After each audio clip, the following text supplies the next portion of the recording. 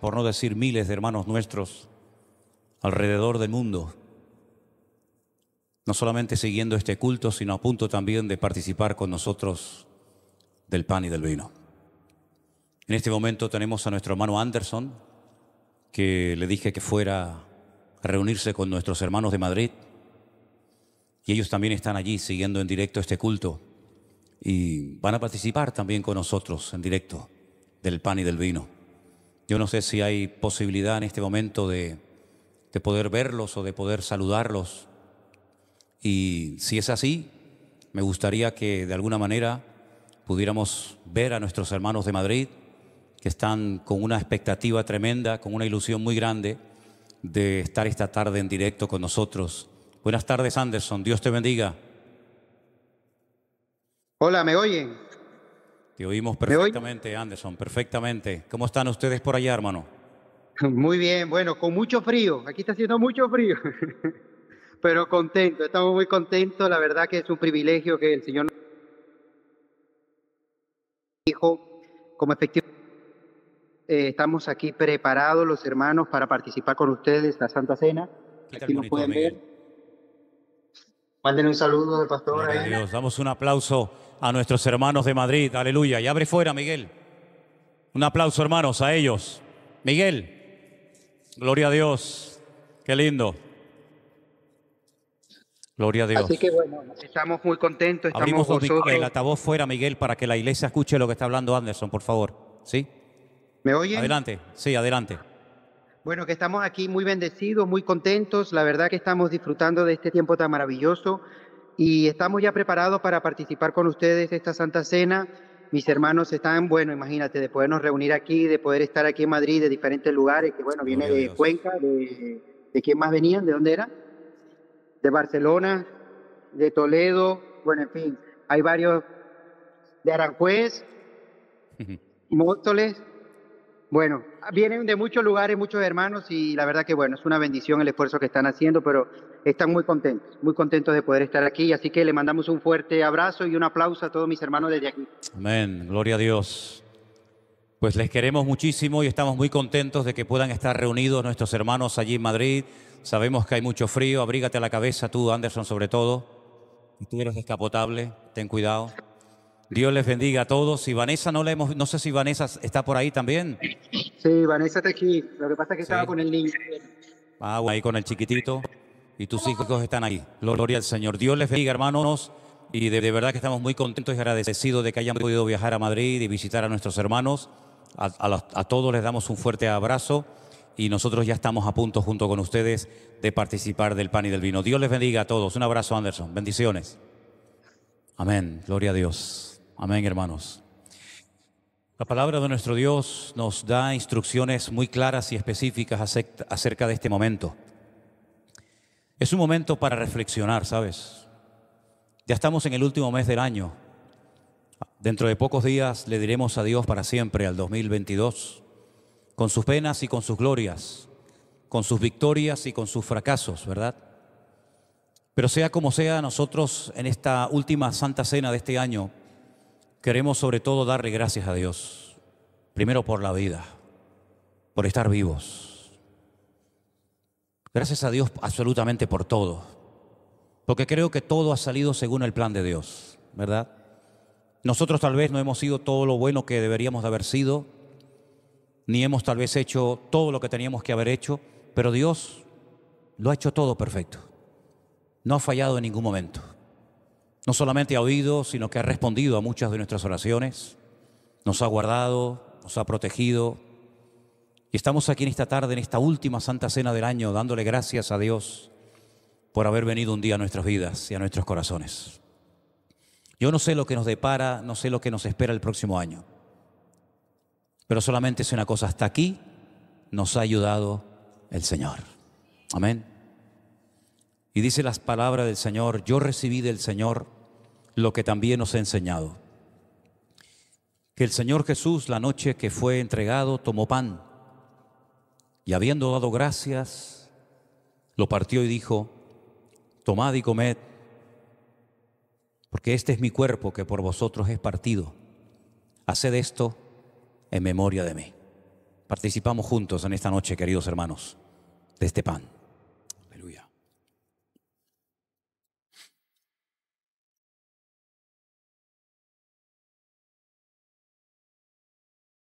Gracias, Señor. Gracias, Señor Jesús. Asimismo tomó también la copa después de haber cenado, diciendo: esta copa es el nuevo pacto en mi sangre. Haced esto todas las veces que la bebiereis en memoria de mí. Así pues, todas las veces que comiereis de este pan y bebiereis de esta copa, la muerte del Señor anunciáis hasta que Él venga. Participamos también de la copa, hermanos. Y sería muy bueno que con tus ojos cerrados en este momento, sin dejarte distraer por nada ni por nadie, le dijeras a Dios: gracias. Gracias, Señor. Gracias por la paciencia que has tenido conmigo, Señor. Gracias por tu misericordia. Gracias por todas las oportunidades que me has dado, Señor, para seguirte, para conocerte, Señor. Y como hemos cantado en esta alabanza, ya no tenemos miedo al miedo. Ya no somos esclavos del temor, porque ahora somos hijos. Ahora somos herederos juntamente con Cristo. Y ahora, Señor, en esta última santa cena del año, nuestro corazón está agradecido por lo bueno que tú has sido con nosotros. Gracias por cada uno de los hermanos aquí presentes, los que están en casa, nuestros hermanos de Madrid, de San Francisco, de México, de Colombia, de Las Vegas, de tantos y tantos lugares donde tú nos has unido en el amor de Cristo, para juntos conocerte y servirte. Aquí estamos, Señor, en la recta final de este año, postrando nuestros corazones y nuestras vidas delante de ti, pidiéndote, Señor, danos fuerzas, Señor Jesús, para seguir adelante. Bendito sea, Señor. Renuévanos a todos y a cada uno de nosotros, para que nunca te defraudemos, para que nunca, Señor, decaiga nuestra fe, sino que podamos seguir adelante, siendo un testimonio al mundo, Padre. Gracias, amado Dios. Te adoramos y te bendecimos, Señor. Gracias. Gracias, Señor Jesús. Aleluya. Gracias. Oh, gracias, Señor.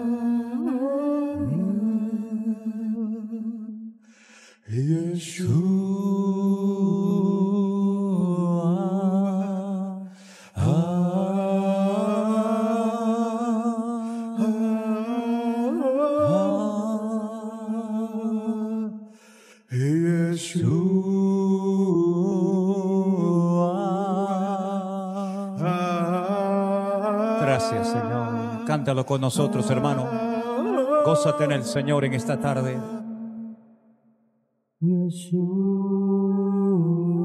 Gracias, Jesús. Dulce nombre.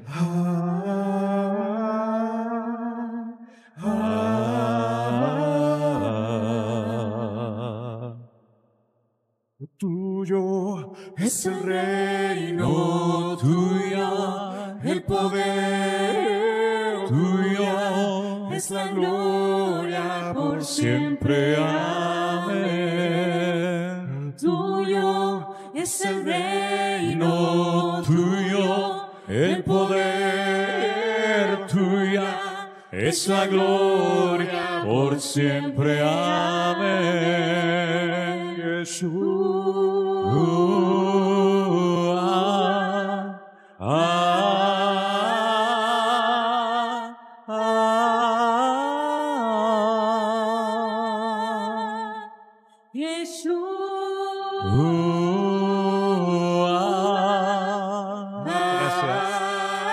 Gracias, Señor. Aleluya. Aleluya. No hay nadie como tú, Yahvé, tan grande como tú, Señor. Tú Tu Hijo es nuestro Mesías. Aleluya. Yeshua HaMashiach. No hay nadie Gracias, como Jesús. tú, Yahvé, tan grande como tu Señor. Tu Hijo es nuestro Mesías. Amén. Yeshua HaMashiach. Gracias.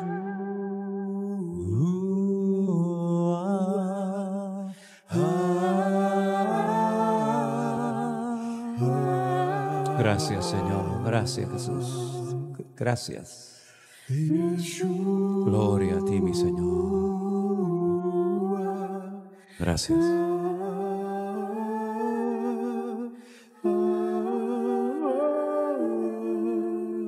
Gracias, Señor Jesús. Te damos gracias, Señor, en esta tarde por esta reunión, este culto que estamos celebrando para ti, Señor.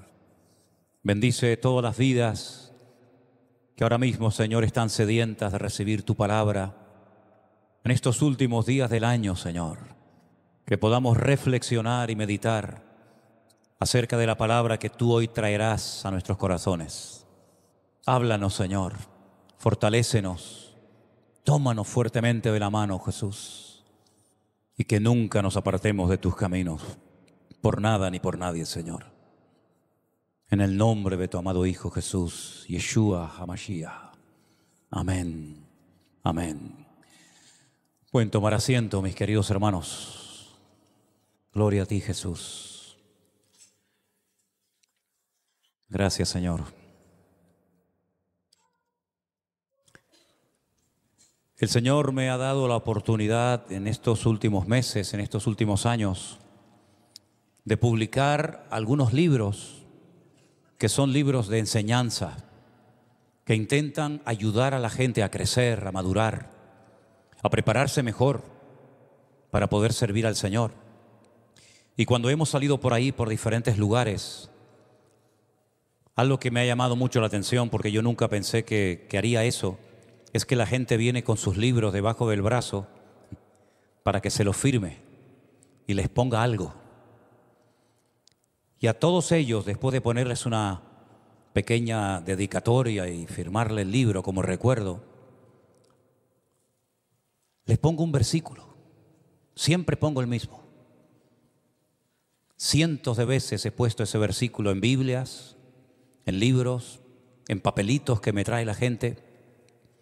Y espero que algunos de esos cientos o miles de personas hayan leído no solamente el versículo, sino que se lo hayan aprendido de memoria. Pero lo más importante es que lo interioricen y lo tengan en cuenta para el resto de sus días. Y ese versículo está en la carta de Pablo a los Romanos, el capítulo 8. No es un versículo muy conocido porque generalmente el capítulo 8 de la carta de Pablo a los Romanos es un capítulo extraordinario y hay versículos tremendos, y el más conocido probablemente sea el 28, ese que dice: y sabemos que los que aman a Dios, todas las cosas les ayudan a bien, ¿verdad? Pero el 18, que es el que yo suelo poner, es un versículo muy bonito que dice así: pues tengo por cierto que las aflicciones del tiempo presente no son comparables con la gloria venidera que en nosotros ha de manifestarse. ¿Podríamos leerlo todos juntos en alta voz, ya que lo tenemos ahí en la pantalla? ¿Sí? Vamos. Pues tengo por cierto que las aflicciones del tiempo presente no son comparables con la gloria venidera que en nosotros ha de manifestarse. He consultado con otras muchas versiones de la Biblia a ver si había alguna diferencia entre una versión u otra. Y después de haber consultado, ya digo, muchas versiones, una de las que más me gustó fue la versión de esta Biblia, que es la Reina Valera del 2020.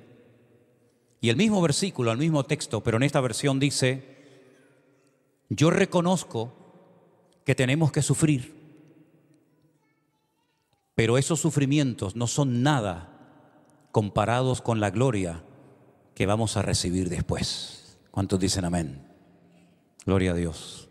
Me alegro mucho de que en esta tarde nuestro hermano Javier, su esposa, y Aarón estén con nosotros. Dios les bendiga.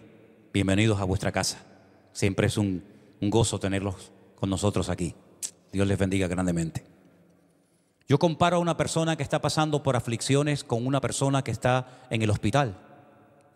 No quiere estar ahí, está deseando salir de ahí, pero sabe que tiene que estar ahí. Es el mejor lugar. No conozco a nadie que diga, no, yo me quiero seguir quedando en el hospital. Quiero vivir aquí permanentemente. Nunca he conocido a ningún paciente, a ningún enfermo que diga, esta es mi casa, yo prefiero quedarme aquí. Todos los que hemos ido a ver a hospitales, todos siempre dicen, oren para que pronto pueda salir de aquí e irme a mi casa, ¿verdad?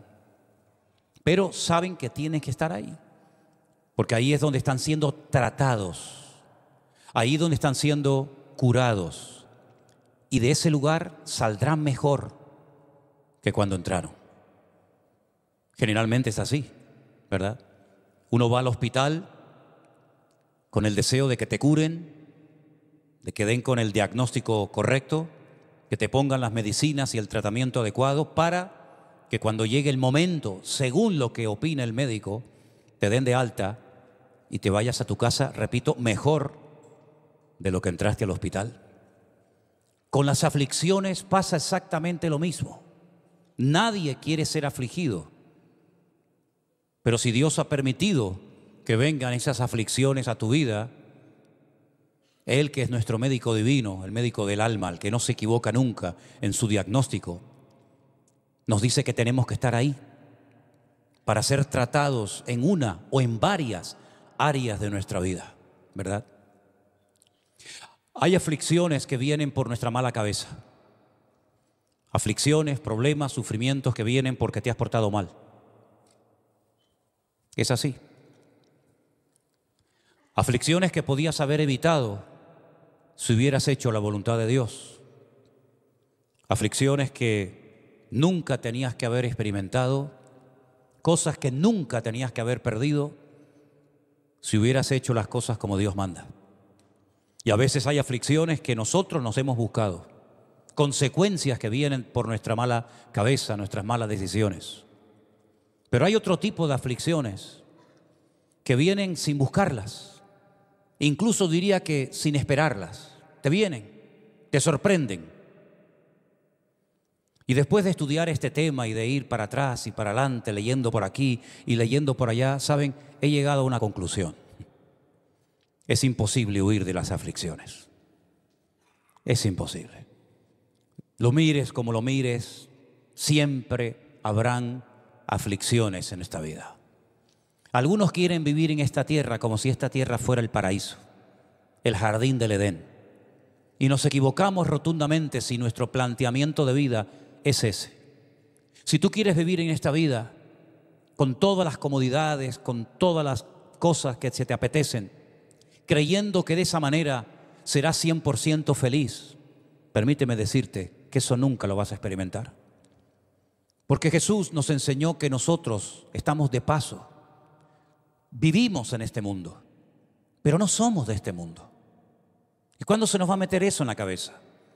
Por muy buenas cosas que tengamos, por mucho dinero que tengas, por una buena familia que tengas, por buena ropa, buen coche, todo lo que tú quieras, jamás tu alma estará 100% satisfecha. Es que ni a los multimillonarios, ni a los que ni siquiera saben cuánto dinero tienen en las cuentas bancarias, ni siquiera ellos se sienten 100% satisfechos. Siempre tienen que estar inventando algo. Siempre tienen que estar haciendo algo, porque ellos saben que en lo más profundo de sus corazones hay una insatisfacción, hay un vacío que nada ni nadie podrá llenar. La felicidad no es posible 100% en esta tierra, es imposible. Nuestra alma no es de este mundo, nuestra alma tiene un destino eterno. Y es como si pones a un esquimal a vivir en el desierto del Sáhara, 50 grados a la sombra, o viceversa, tomas a un beduino del desierto y te lo llevas al Polo Norte a vivir. Nunca se sentirá satisfecho. El ser humano se ha sentido insatisfecho desde el minuto 1 hasta el final de la historia de los tiempos. Y uno dice, ¿y por qué nunca me satisface todo lo que tengo o todo lo que hago? ¿Y por qué incluso a veces tengo que pasar por ciertas y determinadas aflicciones? Yo no tengo todas las respuestas. Ojalá las tuviera. Si tuviera todas las respuestas, probablemente ya no estaría en este planeta Tierra, estaría en el cielo, sentado con mi Señor allí. Hay cosas que nunca vamos a entender. Yo recuerdo hace muchos años que vino una mujer que era la capellana de la cárcel de Sing Sing en Estados Unidos, en Nueva York, una de las cárceles más terribles que existen. Yo era prácticamente un jovencito recién convertido y ella predicó un mensaje que casi, no digo todo, pero casi te lo podría repetir de memoria. Porque en aquellos días yo no tomaba apuntes como después lo he hecho. Yo me aprendía las cosas de memoria y repetía en mi casa una y otra vez los sermones de los predicadores que nos visitaban. Me los aprendía de memoria. Y la introducción de aquella hermana cuando comenzó a predicar fue la siguiente. Hay una pregunta que nos puede terminar volviendo locos. Y cuanto antes la destierres de tu mente, mejor será para ti. Y la pregunta es, ¿por qué? Así empezó esta hermana su mensaje hace más de 40 años atrás. ¿Por qué? ¿Por qué esto? ¿Por qué aquello? Hay cosas que nunca vamos a entender. Pero lo que sí tenemos que entender, y creo que ya muchos de ustedes lo tienen, no claro, clarísimo, es que Dios no se equivoca nunca. Que Dios es perfecto. Y algo que creo que también ustedes ya saben a estas alturas, es que Dios no es injusto para tratarme de una manera incorrecta a como yo debería ser tratado. Las aflicciones son inevitables, totalmente inevitables. Pero también he descubierto algo, y es que las aflicciones todas, absolutamente todas, las más duras que te puedas imaginar, por mucho que duren, todas son pasajeras. Todas terminando. Acabo de terminar de leer un libro que no lo he leído en 2 días, lo he leído en horas, porque no he estado todo el día leyendo desde la mañana hasta la noche, pero en unas horas me lo he leído todo, de tapa a tapa. Ya el título es increíble. Se titula El hombre más feliz del mundo. Les recomiendo a todos que lean ese libro. Me lo regaló mi hermana Canderina. Y ahí lo había puesto en la biblioteca de mi casa hasta que ayer o antes de ayer me lo encontré y empecé a leerlo y me lo terminé en horas. Es la historia de un superviviente de la Segunda Guerra Mundial, del Holocausto nazi. Y este hombre cuenta toda su trayectoria, prácticamente desde jovencito hasta que tiene más de 100 años y ya habla de sus hijos y de sus nietos, e incluso hasta de sus bisnietos. Y es impresionante ver lo que este hombre cuenta allí, todo lo que él padeció, pero él tomó una decisión en uno de aquellos terribles campos. Él hizo un juramento y dijo, no voy a permitir que me destruyan por dentro. Llegó a pesar 24 kilos. Un hombre mucho más alto que yo. 24 kilos. Vio morir a toda su familia prácticamente. Pero logró sobrevivir y cuenta su historia de cómo tuvo que huir de un lugar a otro, de todas las humillaciones y vejaciones y terribles sufrimientos por los que pasó, hasta que finalmente se va a vivir a Australia y allí empieza una vida nueva. Realmente es un libro extraordinario. No vayan a pensar que es un libro de tristezas, es un libro que ya el título es muy sugerente porque se titula El hombre más feliz del mundo. Ahora, si tuviéramos que buscar en el Nuevo Testamento a un hombre que sufrió hasta decir basta, sin lugar a dudas, ese hombre fue el apóstol Pablo.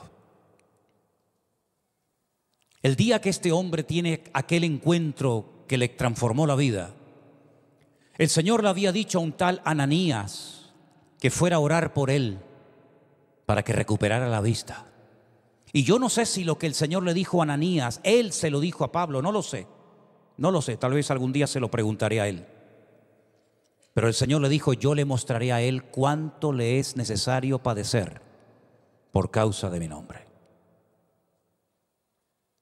Yo no sé por qué Dios tomó esa decisión, pero Dios quería que Pablo experimentara en carne propia los sufrimientos que le hizo pasar a los demás.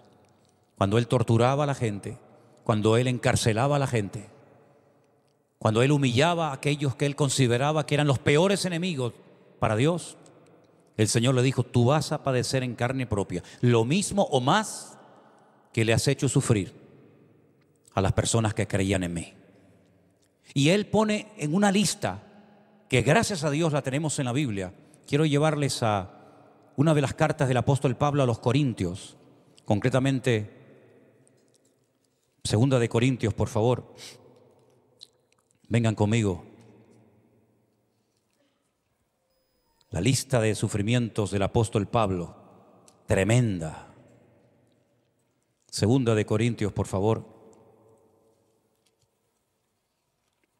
Capítulo 11, a partir del verso 23. Escuchen esto con atención, por favor. Son ministros de Cristo, como si estuviera loco hablo. Yo más. Y ahora, presten atención. En trabajos más abundantes, en azotes sin número, en cárceles, en peligros de muerte muchas veces. De los judíos, no dice de los gentiles, solamente cuenta de los judíos. 5 veces he recibido 40 azotes menos 1, es decir, 195 latigazos. Este hombre que les cuento del libro, lo condenaron un día a recibir una serie de latigazos y dice que al tercero le destrozaron la espalda para siempre, al tercero. Y este hombre habla de 195 azotes. Ahora entiendo por qué él en una de las cartas que escribe, creo que es a los Gálatas, le dice: yo traigo en mi cuerpo las marcas de Cristo. Si uno viera la espalda de Cristo sería todo un mapa, ¿verdad? Estos latigazos fueron en Iconio, estas cosas fueron en Listra, esto fue en Filipo, ¿verdad? 195 latigazos, pero hay más, hay más. 3 veces he sido azotado con varas. La Biblia solo cuenta una, en Filipo, ¿se acuerdan? Dice que después de haberlo dado con varas mucho, los metieron en la cárcel, pero dice que fueron 3 veces. Una vez apedreado, dice que lo tomaron por muerto, ¿se acuerdan? 3 veces he padecido naufragio. Una noche y un día he estado como náufrago en alta mar. Tiene que ser una experiencia terrible. En caminos muchas veces, en peligros de ríos, peligros de ladrones, peligros de los de mi nación, peligros de los gentiles, peligros en la ciudad, peligros en el desierto, peligros en el mar, peligros entre los falsos hermanos, en trabajo, fatiga, en muchos desvelos, en hambre, en sed, en muchos ayunos, frío y en desnudez. Y además de otras cosas, lo que sobre mí se agolpa cada día, la preocupación por todas las iglesias. ¿Quién enferma y yo no enfermo? ¿A quién se le hace tropezar y yo no me indigno? Si es necesario gloriarme, me gloriaré en lo que es de mi debilidad. El Dios y Padre de nuestro Señor Jesucristo, quien es bendito por los siglos, sabe que no miento. En Damasco, el gobernador de la provincia de Aretas guardaba la ciudad de los damasenos para prenderme. Y fui descolgado del muro en un canasto por una ventana y escapé de sus manos. Y pues si esto fuera poco, si leyéramos el capítulo 12, dice que el Señor le mandó un aguijón en su carne para que no se enalteciera sobremanera. Aguijón por el cual le pidió 3 veces al Señor que se lo quitara y el Señor le dijo que no se lo iba a quitar, sino que más bien tenía que gozarse en aquella prueba tremenda. Cuando él escribe, por ejemplo, al joven pastor Timoteo, en 2 de Timoteo capítulo 4, verso 5, dice algo muy interesante de pastor a pastor. Pablo le transmite este mensaje a Timoteo. Escuchen este texto, 2 de Timoteo 4, 5. Tú, sé sobrio en todo, soporta las aflicciones, haz obra de evangelista, cumple tu ministerio. Soporta las aflicciones, no huyas de ellas, sopórtalas con gozo, con la paz, con la presencia de Cristo. Sopórtalas.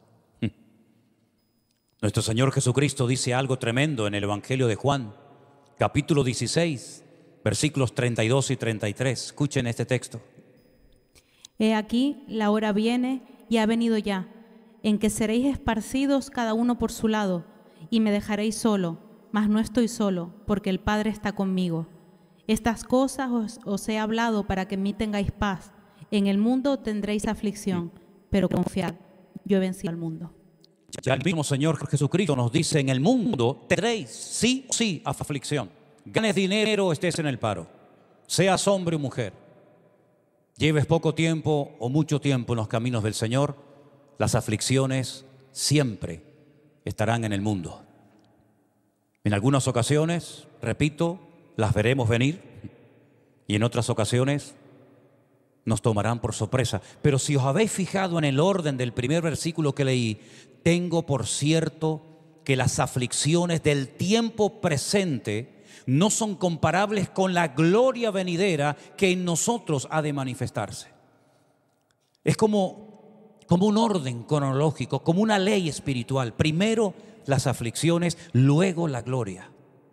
Ahora en el presente aflicciones, en el futuro gloria eterna.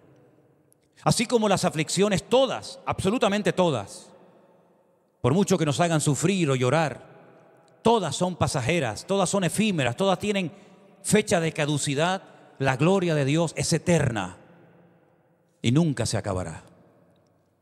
Y es más, no vamos a experimentar la gloria si primero no aprendemos a gozarnos en la aflicción. El único que pasó de la gloria a la aflicción, el único, fue Cristo. Y ahora les voy a decir por qué. Cristo pasó de la gloria más absoluta, de estar en la presencia del Padre por la eternidad, descendió hasta lo sumo y se hizo hombre obediente hasta la muerte de cruz. Y pasó por todo tipo de aflicciones. Y dice la carta a los Hebreos, y aunque era hijo por lo que padeció, es decir, por las aflicciones, aprendió obediencia. Y aunque era hijo, lo tuvo que perfeccionar por medio de las aflicciones. Es decir, él deja la gloria, pasa por aflicciones para volver nuevamente a recuperar la gloria. Y eso lo hizo solamente Él, para que nosotros nunca pasemos de la gloria a la aflicción, sino al revés, de la aflicción o aflicciones a la gloria permanente en Cristo Jesús, Señor nuestro. Amén, hermanos. Así que este es el proceso. No esperes vivir aquí en esta tierra como si fuera una especie de jardín del Edén, una gloria permanente, porque te vas a llevar una tremenda desilusión. Cuando tengas el mundo en la mano, cuando tengas todo por lo que has luchado toda tu vida, dirás, todavía siento insatisfacción y vacío en mi corazón. ¿Sabes por qué? Porque Dios nos ha creado para la eternidad, no para este tiempo temporal. Por eso, por mucho que tengamos, por mucho que riamos, por mucho que disfrutemos, nuestra alma no está cómoda, nuestra alma no está a gusto aquí. Dice que Él ha puesto eternidad en nuestros corazones. Es como cuando al niño lo quitas de los brazos de su madre y tú lo quieres consolar y tú quieres dejar que llore, pero no lo vas a conseguir. En el momento en el que vuelve a los brazos de su madre, deja de llorar, hasta sonríe, se calma, se relaja, porque ha vuelto a los brazos de su madre. Nuestra alma estuvo conectada en un principio con Dios. La comunión que Dios tenía con el hombre y el hombre con Dios era perfecta. Había una comunión hermosa, todo era armonía, todo era perfección. No había corrupción, no había inmoralidad. De hecho, dice que vivían hasta desnudos. No tenían ni siquiera necesidad de cubrirse. Un clima perfecto, los animales, todo era una armonía absoluta. Hermanos, todo eso se perdió. Todo eso se perdió. La misma creación cayó bajo maldición. Comenzaron a surgir de la profundo de la tierra cardos, espinos. La tierra ya no producía con la vitalidad, con la fuerza de antaño. Todo cambió. El hombre comenzó a sentirse vacío, de mal humor, desanimado, deprimido, enojado. Comenzó a tener una revolución dentro de su ser porque se había desconectado de Dios. Y eso perdurará hasta el fin de los tiempos. Pero esa alma ese espíritu, esa conexión que el hombre tuvo con Dios, anhela volver a tener esa comunión con Dios. Es verdad que ahora tenemos comunión con Él, claro que sí, pero no tiene nada que ver, absolutamente nada que ver. La comunión que podemos llegar a tener con Dios aquí en la tierra, con la comunión perfecta que tendremos con Él en la eternidad. Pablo dice, ahora vemos por espejo oscuramente, mas cuando venga lo perfecto, y Él es lo perfecto, entonces todo se acabará. Ya no hará falta orar, ¿para qué? Ya no hará falta ayunar, ya no harán falta lágrimas ni ayunos, ya no hará falta nada, porque estaremos en la perfección absoluta que Adán y Eva experimentaron, pero que perdieron por consecuencia del pecado. Entonces, ¿cuál es el objetivo de las aflicciones? ¿Es que acaso a Dios les gusta vernos sufrir? ¿Es que acaso Dios disfruta vernos pasarlo mal? No. Aunque no lo entendamos, porque todavía somos de carne y hueso, las aflicciones tienen el objetivo de perfeccionarnos y de acercarnos a Dios. Hay un versículo bíblico que respalda esto y es Primera de Pedro 1, del 3 al 7. Escúchenlo bien, por favor. Apréndanselo si pueden de memoria. Primera de Pedro 1, del 3 al 7. Bendito el Dios y Padre de nuestro Señor Jesucristo, que según su grande misericordia nos hizo renacer para una esperanza viva por la resurrección de Jesucristo de los muertos, para una herencia incorruptible, incontaminada e inmarcesible, reservada en los cielos para vosotros, que sois guardados por el poder de Dios mediante la fe, para alcanzar la salvación que está preparada para ser manifestada en el tiempo postrero, en lo cual vosotros os alegráis, aunque ahora por un poco de tiempo, si es necesario, tengáis que ser afligidos en diversas pruebas, para que sometida a prueba vuestra fe, mucho más preciosa que el oro, el cual, aunque perecedero, se prueba con fuego, sea hallada en alabanza, gloria y honra cuando sea manifestado Jesucristo. Dios nos ha dado la fe exactamente igual que el oro se prueba por el fuego. Nuestra fe tiene que ser probada por las pruebas, por las aflicciones de la vida, ¿verdad? Y dice, si es necesario, Dios permitirá que pase por el fuego. Si es necesario, Dios permitirá que vengan aflicciones a mi vida. Pero ¿quién es el que dice es necesario? ¿Yo? Yo nunca lo vería necesario, porque generalmente tenemos la tendencia de vernos a veces mejor de lo que realmente estamos, ¿sí o no? Tenemos varias tendencias los seres humanos, lógicamente unos más que otros. Solemos amplificar, solemos hacer más grandes los sufrimientos y minimizamos la gloria de Dios, ¿no? Es una tendencia que tenemos, ¿no? Pero también tenemos la tendencia a no ver necesario el sufrimiento, a no ver necesario las pruebas. Si fuera por nosotros, nunca pasaríamos por ninguna prueba, nunca entraríamos a la presencia de Dios y le diríamos, Señor, hoy quiero que me mandes esta prueba, y el mes que viene mándame esta, y dentro de un año mándame esta otra. Seguramente nunca quisiéramos entrar a esa habitación y abrir los cajones y ver todas las pruebas que Dios ya tiene preparadas de antemano para nosotros. Seguramente nunca quisiéramos entrar a esa habitación. ¿Quién es el que estipula? ¿Quién es el que decide? Es necesario, aunque no lo veas, que pases ahora por esa prueba. Él. ¿Cuántos dicen amén? Él es el que dice, es necesario, Manolo. Es necesario. Es necesario. Cuando uno va a la última iglesia de la cual habla la Biblia, en el libro del Apocalipsis, la iglesia de la Odisea, uno va observando cómo van las iglesias, cómo empieza la primera dejando su primer amor, la de Éfeso, cómo van iglesias, ¿verdad?, teniendo, digamos, como el altar humeando, pero no con el fuego de Dios. Uno ve cómo la iglesia se ha ido, digamos, deteriorando con el paso del tiempo, hasta llegar a la última, que es la iglesia de la Odisea. Y cuando la iglesia habla de sí misma, los miembros, ¿qué decían? ¿Verdad? ¿Qué comentaban los hermanos de esa congregación? Igual que la nuestra hoy aquí o cualquier otra. ¿Qué comentaban los hermanos de ellos mismos? Decían, nos hemos enriquecido. ¿Cuándo los cristianos habían sido ricos? Si siempre habían sido maltratados, gente humilde, gente pobre, que tenía que dejarlo todo y salir corriendo para salvar la vida. Pero esta no. La iglesia de la Odisea no tiene que huir. La iglesia de la Odisea no es como aquel hombre llamado Lot, que tuvo que dejarlo todo para salvar la vida. No, la iglesia de Laodicea no era una iglesia perseguida, era una iglesia satisfecha consigo mismo. Era una iglesia rica, no había tenido que dejar, al contrario, dice, nos hemos enriquecido.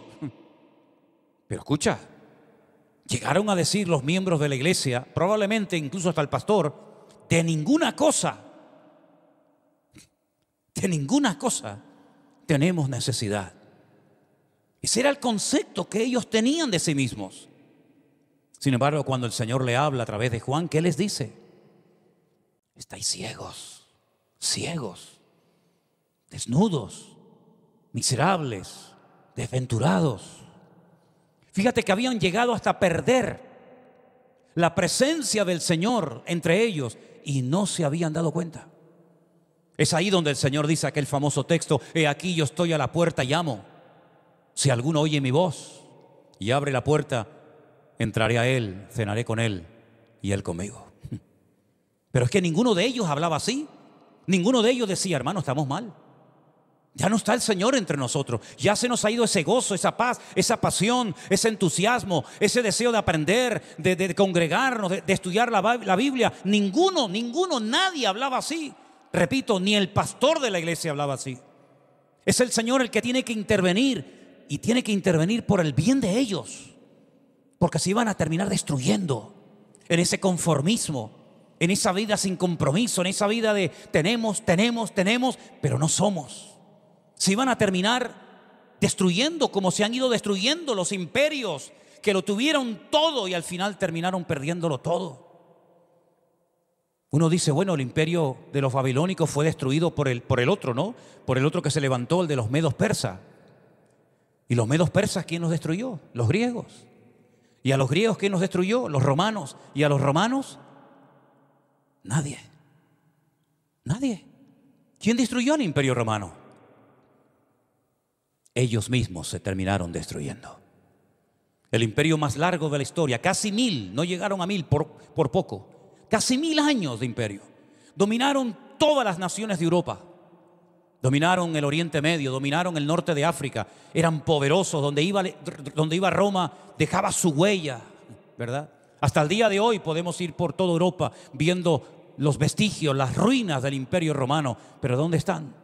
Incluso la capital de ellos, Roma, vas a verla y sí, es como una especie de gran museo, pero totalmente destruida. Estuve en la casa de Tito, ¿saben? En la casa del general Tito, el hijo de Vespasiano, aquel que fue a Jerusalén y quemó el templo. Yo estuve dentro de la casa de Tito, que es impresionante de grande, enorme, gigantesca. Todos son ruinas y ruinas y ruinas. Terminaron destruyéndose ellos mismos. Y hay gente que se están destruyendo a sí mismas. No le eches la culpa a Satanás, ni a los demonios, ni a la iglesia, ni al gobierno. Hay gente que se está destruyendo a sí misma. Porque esa es una de las características típicas de la humanidad. Los animales no se autodestruyen, ¿verdad? Pero sin embargo el hombre tiene ese germen dentro de sí mismo que es capaz de hacerle la guerra a un semejante simplemente para quedarse con su casa, con su mujer o con sus riquezas. Y por eso, queridos hermanos, dice el Señor Jesucristo: en el mundo tendréis aflicción. Vayas a donde vayas, los hermanos en Estados Unidos, aquellos que siempre ven Estados Unidos como la meta, como el paraíso terrenal, también en Estados Unidos hay aflicciones, y también las hay en Singapur, y también las hay en África, y las hay en todas partes de la tierra. Y entonces es cuando podemos entender aquellas palabras de Pedro.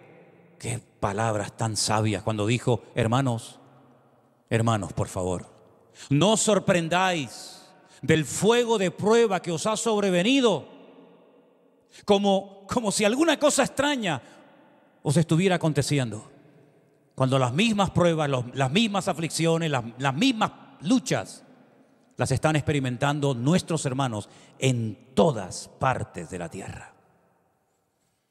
Así que no te sientas como un bicho raro cuando estás siendo afligido en tu economía, en tu salud, en tu trabajo, en tu matrimonio, No te sientas como un bicho raro, como diciendo, ¿qué es lo que me está pasando?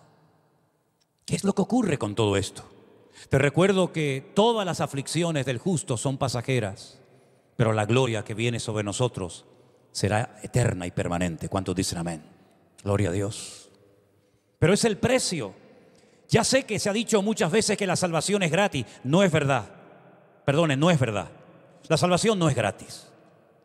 La salvación era muy costosa, tan costosa que ninguno de nosotros podíamos haberla comprado. Él la pagó, Él la compró con su sangre. Y hoy hemos recordado que Él derramó su sangre cuando participamos del pan y del vino, ¿sí? La salvación es gratis para nosotros porque Él pagó el precio que nosotros nunca íbamos a poder pagar. Pero la madurez hay que pagarla, amigo. Claro que hay que pagar un precio para llegar a ser maduro. Por supuesto que sí. Claro que hay que pagar un precio y altísimo para poder llegar a conocer y dominar la Biblia. Claro que sí. Horas de estudio, años de estudio. Por supuesto que sí. Y la santificación, aunque es algo que produce el Señor en nosotros, claro que hay que pagar un precio tremendo. Nadie llega a la madurez por mucho tiempo que lleve congregándose en esta o en cualquier otra iglesia. Para llegar a esos niveles de madurez hay que pagar un precio y hay que sudar la camiseta y a veces hay que llorar mucho, amigo. Porque yo tengo un refrán y lo sé por experiencia, que lo que se aprende llorando nunca se olvida. Amén, hermanos. Lo que tú aprendes con sudor y lágrimas, con sufrimiento, es como una señal indeleble en tu mente, en tu memoria, que nunca, jamás se olvida. Ahora bien, en medio de la aflicción hay algo que tú tienes que saber y que no tiene que ponerte nervioso, y es como un silencio donde parece que Dios no está, donde parece que Dios no hace nada. Parece como que Dios se ha ido y las hojas de los árboles no se mueven y el viento del Espíritu no sopla en tu corazón. Y por eso los gritos desgarradores de David, de Jeremías, de Elías y de tantos hombres de Dios que decían, Dios mío, ¿dónde estás? Que no te veo, que no te siento. Pero es que hay una característica que yo he ido descubriendo de mi Dios. Y es que a Dios le gusta trabajar en silencio. Dios trabaja en silencio. Es cuando mejor trabaja.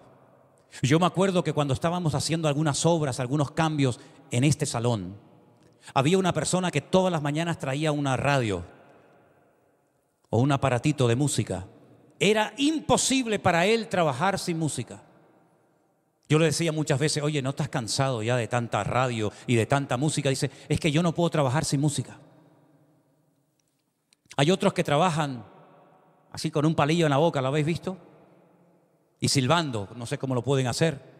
O con un cigarrito ahí colgando de los labios ya medio apagado, pero cuando se dan cuenta lo encienden, ¿se acuerdan? Pero Dios no es así. A Dios no le gusta hablar cuando Él está trabajando. Parece que hay un silencio en el que Dios se ha ido y se ha olvidado de nosotros. Pero cuando estés en ese silencio de Dios, es cuando Dios está trabajando en tu vida. El silencio que yo noté en esta iglesia en los días del confinamiento, ustedes no lo conocieron. Ustedes siempre han oído algún ruido en este local. O de un niño corriendo, o de un niño que llora, o de una hermana que entra, o de alguien que sale del baño, o de alguien que está hablando arriba. Ustedes, muy pocos de ustedes, creo yo, que han visto este salón en absoluto silencio durante días y días, semanas y meses. Yo tuve esa experiencia aquí dentro, cuando todo estaba en silencio, y muchas veces bajaba durante la noche y toda la ciudad estaba en silencio, y me paraba ahí en la puerta de la iglesia y miraba para afuera y no se oía nada. No había aviones, no había barcos, no había coches, no había nada. Y cuando uno entraba aquí adentro, esto era un silencio total y absoluto. Y cuando incluso llevábamos a cabo los cultos de los jueves y de los domingos a puerta cerrada, porque no se podía venir, yo predicaba en el más absoluto silencio. No había un amén, no había alguien que tosía, no había alguien que se levantaba y se iba al baño o volvía, no había alguien que movía la mesa. Era predicar en absoluto silencio. Y por eso yo nunca olvidaré aquellos días de mi vida, jamás, nunca los podré olvidar. Prediqué en silencio absoluto. Pero yo pensaba que en aquel silencio no estaba pasando nada. Pero por eso hoy, casi 3 años después, ahora en marzo, casi 3 años después, yo puedo decir delante de Dios que cuando más silencio hay en el mundo espiritual es cuando más Dios está trabajando. Porque era en aquellos días, era en aquellas semanas, era en aquellos meses cuando Dios comenzó una revolución en miles de vidas que nosotros no vimos hasta casi un año después. Cuando comenzamos a ver las caras, cuando pudimos tocar las manos y abrazar a aquella gente que decía: yo me convertí en aquellos días, yo acepté al Señor en aquellos días, yo me reconcilié con el Señor en aquellas semanas. Y nosotros no veíamos nada, pero Dios nos enseñó que en ese silencio era cuando Dios estaba obrando más que en toda nuestra vida, más que en toda nuestra vida. Y no sé si en algún otro momento lo volverá a hacer de una forma tan clara y directa y contundente como en aquellos días. Los días de silencio, los días de aflicción, cuando la gente moría y cuando las noticias eran terribles y cuando la gente vivía con aquel pánico, con aquel temor. ¿Y qué pasará con el turismo en Canarias? ¿Volverán a abrirse los hoteles? ¿Volverá la hostelería a funcionar? ¿Volverán a verse los parques llenos de niños jugando y corriendo? ¿Se volverán a ver aviones volando por nuestra isla? ¿Se volverá otra vez a ver la vida normal que veíamos en aquellos días de incertidumbre, de aflicción para el mundo, sin lugar a duda, y también, como no, para la iglesia? Era cuando Dios más estaba obrando. Y después vino un poco de la gloria de Dios que todavía estamos disfrutando. Y ahora nuestro hermano Anderson, ¿dónde está? Está con nuestros hermanos en Madrid, en ese salón que ellos han alquilado, porque esa fue parte de la obra que el Señor hizo en aquellos días de silencio. ¿Y dónde estuvimos nosotros la semana pasada? En un país que jamás hubiera ido si no hubiera sido por la obra de Dios, en Bélgica, en Bruselas. ¿Con quién?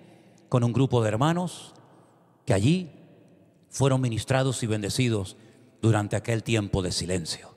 Y allí conocimos a nuestros hermanos de Holanda, que también vinieron haciendo un esfuerzo, viajando horas para estar allí con nosotros. Y allí conocimos a aquella hermana que ustedes la conocerán, si Dios quiere, en el mes de abril, en el Congreso en Toledo. Aquella hermana que hace 2 años el marido de su hija estranguló a su hija única y la perdió para siempre. Y es en esos momentos de aflicción y de dureza donde el Señor comienza a hacer cosas que no conseguiría con 20.000 predicaciones. Porque yo os digo, yo he predicado no sé cuántas veces, sinceramente no llevo la cuenta, pero a veces me da por abrir algún cajón, a veces me da por abrir alguna libreta, hacer limpieza y sacar papeles y colocar las cosas, y a veces encuentro sermones míos de hace 20 años, 30 años, 40 años. Así que ya podríamos hablar de miles de mensajes. Y he conocido a personas que han oído docenas, cientos o miles de mensajes y no han cambiado, están igual, están exactamente igual. Amigo, pero esas personas que han oído sermones y han ido a retiros y han ido a campamentos y han escuchado a uno y han escuchado al otro, cuya palabra le entraba por un oído y le salía por el otro, cuando llega la aflicción, amigo, cuando llega la aflicción al hogar, cuando tienes que ir al hospital a ver a la niña, o cuando ya no puedes dormir en la cama con tu mujer porque la perdiste, o cuando ya no puedes ir a aquel lugar porque te dijeron que no entraras nunca más. Cuando viene la aflicción es cuando algunos comienzan a recapacitar y a decir: todo lo que he tenido que perder para comenzar a pensar en la posibilidad de poner mi vida en las manos de Dios. ¿Te das cuenta? ¿Te das cuenta? Yo estaba pensando en estos días en un joven que tengo muchas ganas de conocer y sobre todo de hablar mucho con él. Espero que me dé cita y que pueda pasear por las calles de oro en la Nueva Jerusalén cuando lleguemos allí. Y ese joven se llama José. ¿Qué delito cometió José? Díganme ustedes. ¿Cuál fue el pecado de José? ¿Robó? ¿Mintió? ¿Se acostó con la mujer ajena? ¿Hizo daño a su familia, a sus hermanos? ¿Se comportó mal? ¿Fue un hijo desobediente, rebelde? Nada. No hay nada negativo que la Biblia nos hable acerca de este joven. Nada. Pero él comienza a tener unos sueños. ¿Y qué hay de malo en soñar? Es como si uno pudiera evitar soñar. ¿Quién puede evitar no soñar? Es algo inevitable, ¿verdad? Algunos dicen que cada uno sueña lo que quiere soñar. Bueno, no lo sé. Pero el delito de José fue tener unos sueños y contárselo a su padre y contárselo a sus hermanos. A su padre, algunos de esos sueños no le hicieron mucha gracia, pero no tomó una medida de exterminarlo, de quitarlo de en medio, ni mucho menos. Pero a sus hermanos carnales, no les hizo ninguna gracia aquello. Porque ellos se veían reflejados en aquellos sueños y ellos veían que iban a perder el poder, su influencia como hijos mayores. Y no les hizo ninguna gracia que el más pequeño en aquel momento, que era José, ocupara un lugar de preponderancia y ellos fueran casi los súbditos o los siervos, esclavos de este muchacho. Entonces, aunque parezca mentira lo que voy a contar ahora, pero sabéis que es verdad, pensaron matarlo. Pensaron en matarlo. Porque el odio nos hace cometer locuras. Una persona con odio puede llevar a un país a la ruina. Puede destruir una nación, un continente y todo lo que se le ponga por delante. El odio muchas veces, la base sobre la cual se ha construido es el miedo. El miedo. Y ellos tenían miedo a perder su poder. Ellos tenían miedo a perder su herencia. Ellos tenían miedo a perder su papel. Y entonces dijeron, lo mejor es matarlo. Fue exactamente lo mismo que sintió Caín contra su hermano Abel.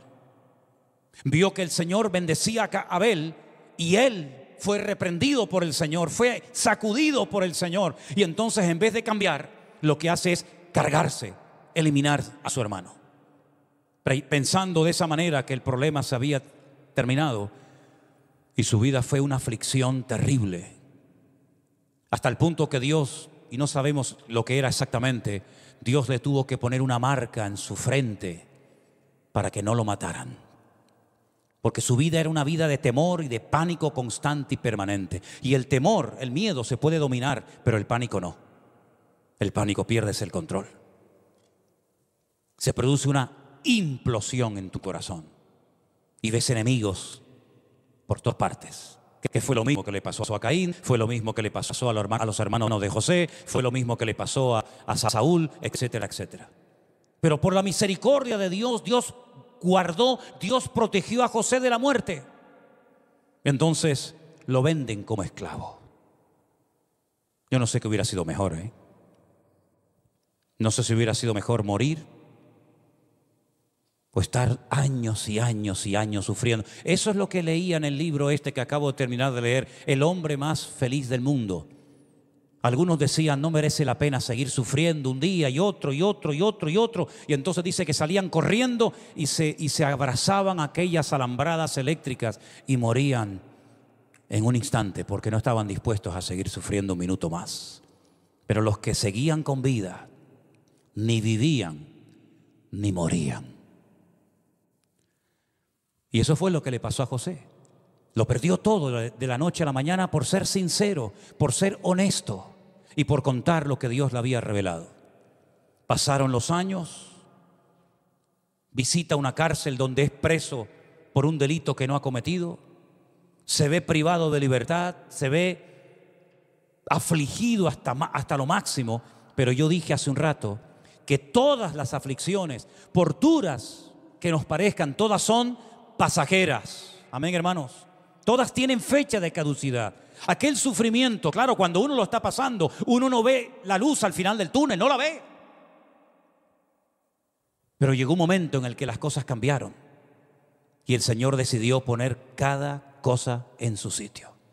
Porque siempre, siempre el Señor ganará todas las batallas, nunca perderá ninguna. Porque lo mismo que le pasó a Él es lo mismo que nos pasará a nosotros. Porque dice que podemos disfrutar de la gloria como coherederos con Cristo, pero también sufriremos juntamente con Cristo. Y entonces pasaremos por aflicciones, pero dice que la llama no arderá en nosotros, ni nos ahogaremos en las muchas aguas, sino que siempre el Señor nos sacará y veremos el resultado de toda aquella aflicción terrible.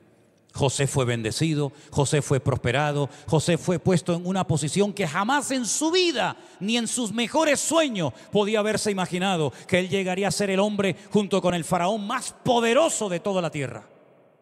No había nadie que podía hacerle sombra a José, nadie. Y es entonces cuando vienen sus hermanos. Porque tarde o temprano lo que se rompió tiene que ser restaurado. No será hoy, no será mañana, pero tarde o temprano, si quieres levantar cabeza, lo que se rompió tiene que ser restaurado. Y tarde o temprano, el Señor te dará la gracia para saber cómo arreglar lo que rompiste. Porque forma parte del trato de Dios. Y llegan sus hermanos y José les dice, no tengan miedo. Escucha esto, escucha esto. No fueron ustedes los que me mandaron a Egipto. No, ustedes simplemente fueron los instrumentos. El que me trajo a Egipto, el que permitió todo aquello, el que me afligió, el que me probó, el que permitió que me metieran en la cárcel injustamente. El que permitió que me metieran en un pozo que me llegaba el barro hasta el cuello, no fueron ustedes, fue Dios el que permitió todo aquello. Y nosotros tenemos que tener bien claro a estas alturas de nuestra vida que si estamos en Cristo, si estamos bien metidos en Cristo, todo lo que ocurrirá para nuestro bien y para nuestro crecimiento y para nuestra madurez espiritual. Todo. Desengaños, traiciones, abandono, tristeza, soledad, enfermedades, etcétera, etcétera. Ponle todo lo que quiera. Todo, tarde o temprano, Dios te lo explicará y podrás entender el porqué de las cosas. Si estás en ese periodo de silencio, donde no ves salida, donde ni siquiera ves a Dios, dile a tu alma, tranquila, que nuestro Dios está trabajando. ¿Cuántos dicen amén? Dios está trabajando. Y tarde o temprano llegará la recompensa. Porque la palabra del Señor dice en Hebreos 6, versículo 10, abrimos el micrófono. Hebreos 6:10, la palabra de Dios dice así. Apréndanse este versículo de memoria, hermanos, por favor. Que Dios no es injusto para olvidar vuestra obra y el trabajo de amor que habéis mostrado hacia su nombre, habiendo servido a los santos y sirviéndoles aún. Dios no es injusto, ¿oyó eso? Para olvidar lo que habéis hecho, lo que habéis trabajado por Él. Dios nunca va a olvidar lo que has hecho por Él. A mí me llama la atención que hay momentos en los que Dios dice que Dios olvida ciertas cosas y recuerda otras. ¿Te has dado cuenta de eso? Dice que Él cuando perdona, olvida nuestros pecados y nunca más se acordará de ellos. Esto es maravilloso, ¿sí o no? Que yo le pida perdón a Dios por un pecado, por terrible que fuera, que Dios lo perdone y lo olvide y que nunca más se acuerde de Él. Esto es algo increíble, hermanos. Esto a ninguno de nosotros nos pasa eso. Yo no puedo olvidar lo malo que he hecho. Yo no puedo olvidar las ofensas. Yo no puedo olvidar nada porque el Señor no nos ha dado a nosotros la capacidad de olvidar. De superar, sí, pero de olvidar, a menos que sufras una amnesia o un problema mental, siempre podemos recordar en cualquier momento lo bueno, lo malo, lo que nos hizo llorar, lo que nos hizo reír. Lo podemos recordar cuando queramos, pero dice la Biblia, Dios olvida. No tiene en cuenta nunca más el pecado que ha sido perdonado por la sangre de su Hijo Jesucristo. Pero dice que Él nunca puede olvidar lo que hemos hecho por Él. ¿Te imaginas que fuera al revés? Imagínate por un instante que Él olvidara lo que has hecho por Él.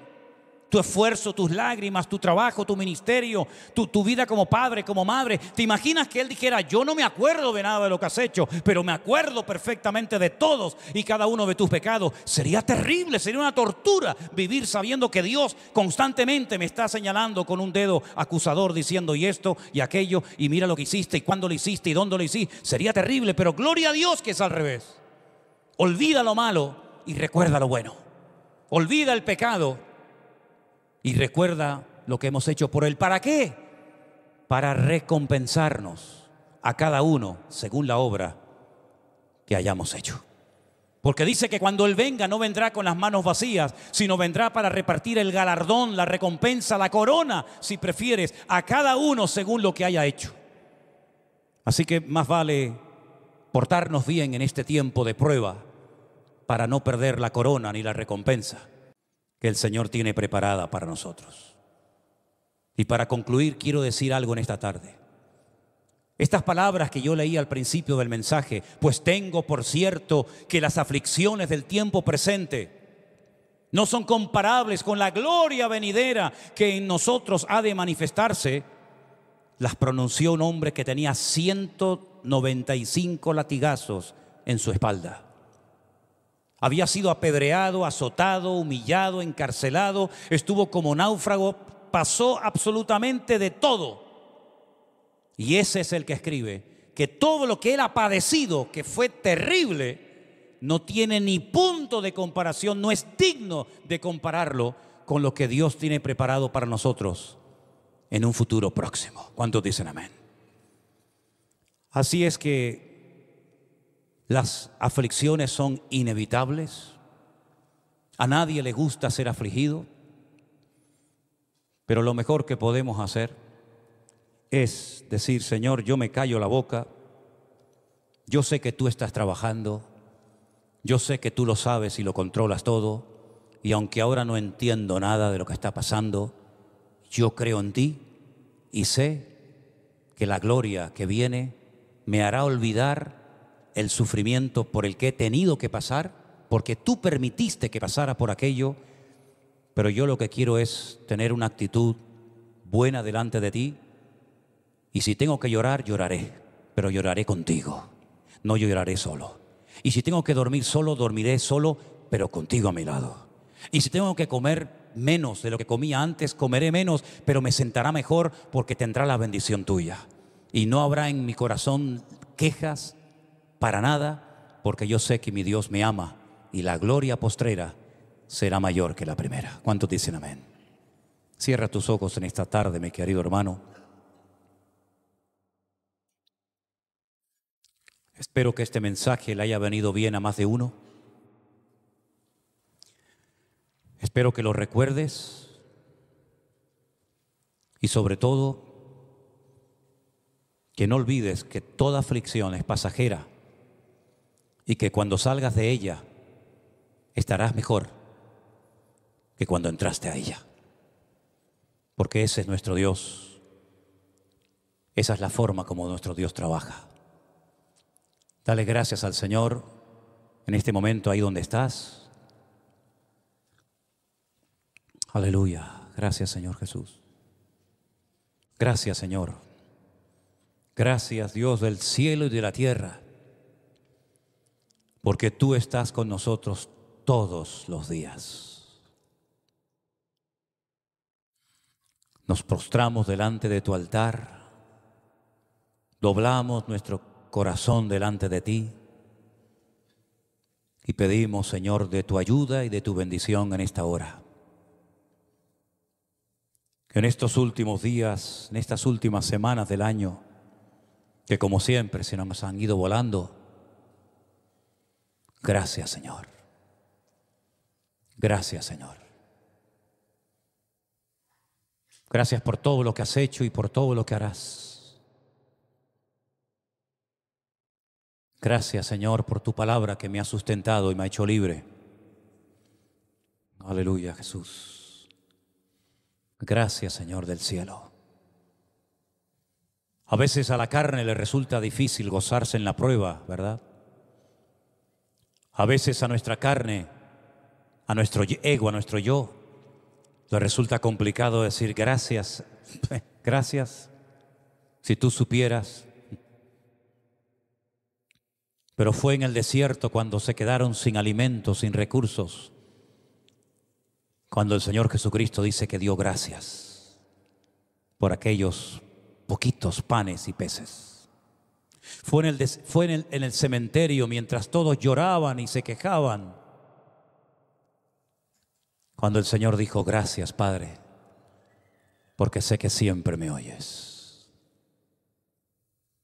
Fue en la cruz, en la mayor aflicción que tú pasaste por nosotros, donde tú dijiste: Padre, perdónalos, porque no saben lo que hacen.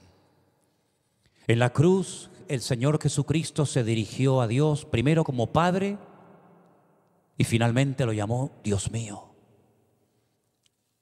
Lo llamó Padre para pedirle perdón, el perdón de todos sus verdugos. Y lo llamó Dios mío cuando se vio desamparado. Llámalo y dirígete a Él como quieras, pero no pierdas tu relación y tu comunión con Él por nada del mundo. No dejes que nadie se interfiera, no dejes que nadie sea el centro de tu vida, sino solamente Cristo. El centro de tu vida no puede ser la iglesia. El centro de tu vida no puede ser tu esposa, tu marido, tus hijos. El centro de tu vida no puede ser tu ministerio. El centro de tu vida no puede ser tu novio o tu novia. El centro de tu vida no puede ser tu negocio, tu casa, tu coche. El centro de tu vida tiene que ser Cristo. Si Cristo no es el centro de tu vida, hay un desequilibrio interior en tu vida tremendo. Por eso, dile: Señor, yo quiero que tú seas el centro de mi vida. Aleluya. Ponte de pie conmigo y si quieres, alza tus manos al cielo y dile: Señor, yo me rindo a ti, Jesús. Yo me rindo a ti. Sé tú el centro de mi vida, Señor. Sé tú el centro de mi casa, Señor. Es la única manera de mantenerme firme en las tormentas de la vida, Jesús. Gracias, Señor. Gloria a Dios. Gracias, Jesús. Te adoramos. Adoren al Señor en esta noche, queridos hermanos. Con esta alabanza, juntos, cantamos a nuestro Dios. Y le pedimos al Señor: sé el centro de mí, Señor. Aleluya. Aleluya. Gracias. Gracias, amado mío.